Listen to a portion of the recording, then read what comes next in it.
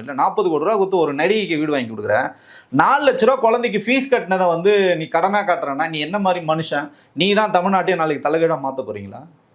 இதை வெகுஜன மக்கள் வந்து புரிஞ்சுக்கணும். நீங்க 40 கோடி இல்லை 4000 கோடி கூட கொடுங்க, அது பிரச்சனை இல்லை. இந்த குடும்பத்தை இங்க கஷ்டத்துல விட்டுட்டு இவங்கள நான் பார்க்காம ஒரு நடிகையை நான் வந்து சந்தோஷமா வச்சுக்கன்னு சொல்றவர் நாளைக்கு வந்து தமிழ்நாட்டு மக்களை நான் நல்லா பார்த்துப்பேன்னு சொல்றது எந்த விதமான எப்படி அவங்க நம்புறாங்கன்னு நமக்கு வந்து புரியல சார். சினிமாவை பொறுத்த வரைக்கும் என்னன்னு பார்த்தீங்கன்னா, விஜய் வந்து மகேஷ் பாபு படங்களை டப் பண்ணார். ஸோ அது வந்து போக்கிரிலேருந்து எல்லா படமும் போக்கிரி அந்த மாதிரி நிறைய படங்கள் வந்து இருக்கு, கில்லி அந்த மாதிரி நிறைய படங்கள் இருக்கு.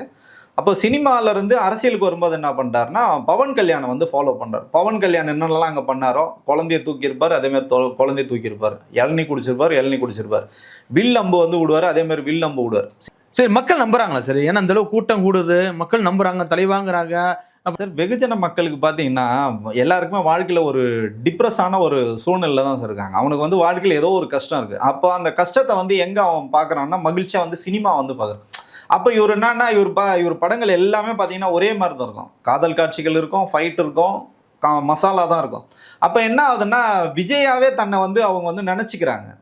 ஒரு ஆண் வந்து என்ன பண்ணுறான்னா, அந்த திரைப்படத்தில் வர விஜயாவே தன்னை நினச்சிக்கிறான். அப்போ விஜயாவே அவன் வந்து மாறிடுறான்.